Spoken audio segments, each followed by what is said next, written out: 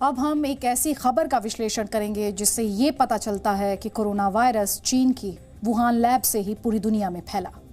Wuhan institute of virology lab के 3 वैज्ञानिकों को 9 नवंबर 2019 में अस्पताल में भर्ती कराया गया था, जहां इन तीनों में कोरोना के लक्षण देखे गए थे, जबकि चीन ने WHO को बताया था कि वुहान में कोरोना का पहला केस 8 दिसंबर 2019 को मिला था। यानी चीन ने झूठ बोला और इसी झूठ के आधार पर माना जा रहा है कि ये कोरोना वायरस चीन द्वारा विकसित किया गया वायरस है, यानी लैब में बनाया गया एक जैविक हथियार है कोरोना वायरस। असल में किसी बम या मिसाइल से हमला करने पर एक सीमित इलाके में ही लोगों को नुकसान पहुंचता है और वैश्विक स्तर पर कई तरह के ऐसे नियम और कानून भी हैं जो हथियारों के प्रयोग और युद्ध को रोकते हैं, जबकि जैविक हथियारों के हमले से बचना लगभग नामुमकिन होता है, क्योंकि जैविक हथियार खतरनाक वायरस से लैस रहते हैं जो तेजी से फैलते हैं और लोगों को बीमार बनाते हैं, जिससे चिकित्सा और स्वास्थ्य सेवाओं पर भारी असर पड़ता है। इससे प्रभावित देश आर्थिक तौर पर कमजोर हो जाता है। जैविक हथियारों की खास बात होती है कि किसने हमला किया ये पता लगाना मुश्किल होता है, और यही हुआ।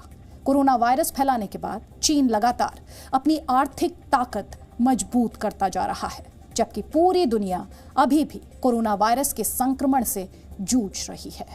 विशेषज्ञों की राय है कि अगर ये वायरस प्राकृतिक होता तो चीन भी उतना ही नुकसान झेलता जितना दुनिया के दूसरे देश आज झेल रहे हैं, लेकिन हुआ इसके ठीक विपरीत। चीन की अर्थव्यवस्था को कोई नुकसान नहीं पहुंचा, जबकि दुनिया की अर्थव्यवस्था गिर गई। पूरी दुनिया की जीडीपी को 2020 में 4.5% का नुकसान झेलना पड़ा।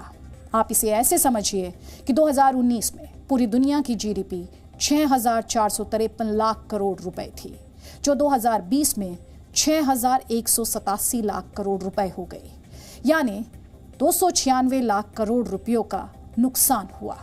ऐसा इसलिए क्योंकि कोरोना वायरस के संक्रमण को रोकने के लिए सरकारों को लॉकडाउन लगाना पड़ा, जिससे कई महीनों तक सारे कामकाज, व्यापार और उद्योग धंधे बंद रहे। हमारे देश के अधिकतर राज्यों में तो आज भी लॉकडाउन लगा हुआ है या फिर लॉकडाउन जैसी कड़ी पाबंदियां हैं।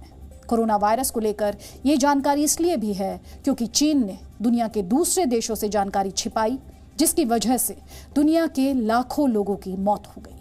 पूरी दुनिया में कोरोना से मौत का आंकड़ा 35 लाख तक पहुंचने वाला है। सोचिए, अगर सही समय पर कोरोना वायरस के बारे में पता चल जाता तो सारे देश अलर्ट हो जाते और वो सावधानी बरतते और ये इतना नहीं फैलता। लेकिन चीन की मंशा यही थी कि कोरोना वायरस दूसरे देशों में फैल जाए और वो अपनी स्थिति मजबूत कर सके। कोरोना वायरस पर अमेरिका के chief medical adviser Anthony Fauci का ये कहना है कि ये वायरस अपने आप पैदा नहीं हो सकता, इसकी जांच की जानी चाहिए। ऐसा नहीं है कि ये दावा सिर्फ अमेरिका का है, बहुत से दूसरे देश भी अमेरिका के दावे का समर्थन कर रहे हैं और WHO से इसकी जांच की मांग कर रहे हैं। WHO की टीम एक अपनी सेकंड विजिट की तैयारी कर रही है। ये कहना गलत नहीं होगा कि अल्टीमेटली अगर ये साबित हो जाता है कि चाइना ने इस वायरस को लेबोरेटरी में बनाया और इस नियत से बनाया कि इसे जानबूझ के रिलीज़ करेगा और दुनिया में पैंडेमिक फैलाएगा, तो ये बहुत ही गंभीर इसके परिणाम चाइना के लिए हो सकते हैं। क्योंकि इसे फिर बायोलॉजिकल वारफेयर के बराबर ही मान के अंतर्राष्ट्रीय समुदाय आगे बढ़ेगा। इससे पहले ऑस्ट्रेलिया के अखबार ने भी ये दावा किया था कि 2020 में कोरोना वायरस अचानक नहीं आया, बल्कि चीन की सेना के वैज्ञानिकों ने वर्ष 2015 में इस पर एक रिसर्च पेपर तैयार किया था, जिसमें कहा गया था कि कोरोना वायरस को जैविक हथियार के रूप में विकसित किया जा सकता है। ये दस्तावेज भी अमेरिकी खुफिया एजेंसियों के हाथ लगे थे, लेकिन बाद में ये दस्तावेज दूसरे देशों के साथ साझा किए गए। ये तमाम जानकारियां इस बात को स्पष्ट करती हैं कि संभव है कि कोरोना वायरस चीन के वुहान लैब से पूरी दुनिया में फैला और चीन को इसका लाभ मिला।